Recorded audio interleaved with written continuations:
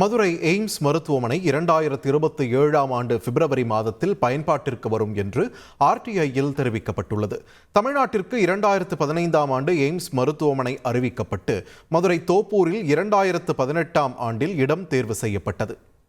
பின்னர் 2019ஆம் ஆண்டில் கட்டுமான பணிக்காக அடிக்கல் நாட்டப்பட்டது. தற்போது எய்ம்ஸ் மருத்துவமனைக்கான கட்டுமான பணிகள் நடைபெற்று வரும் நிலையில் இதுகுறித்து தென்காசி மாவட்டத்தைச் சேர்ந்த பாண்டியராஜா என்பவர் ஆர்டிஐ மூலம் கேள்வி எழுப்பியிருந்தார். அதற்கு பதிலளித்துள்ள எய்ம்ஸ் மத்திய பொது தகவல் அலுவலர், மதுரை எய்ம்ஸ் மருத்துவமனை 2027ஆம் ஆண்டு பிப்ரவரியில் பயன்பாட்டிற்கு வரும் என்று தெரிவித்துள்ளார். மதுரை எய்ம்ஸுக்கான திட்ட மதிப்பீடு 2021 கோடி ரூபாயாக நிர்ணயிக்கப்பட்டுள்ளதாகவும் 33 மாதங்களில் மொத்த பணிகளையும் முடிக்க இலக்கு நிர்ணயம் செய்யப்பட்டுள்ளதாகவும் தெரிவிக்கப்பட்டுள்ளது.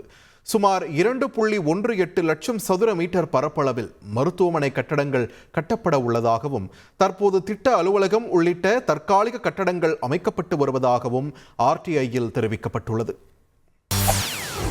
செய்திகளை உடனுக்குடன் தெரிந்து கொள்ள உடனே சப்ஸ்கிரைப் பண்ணுங்க.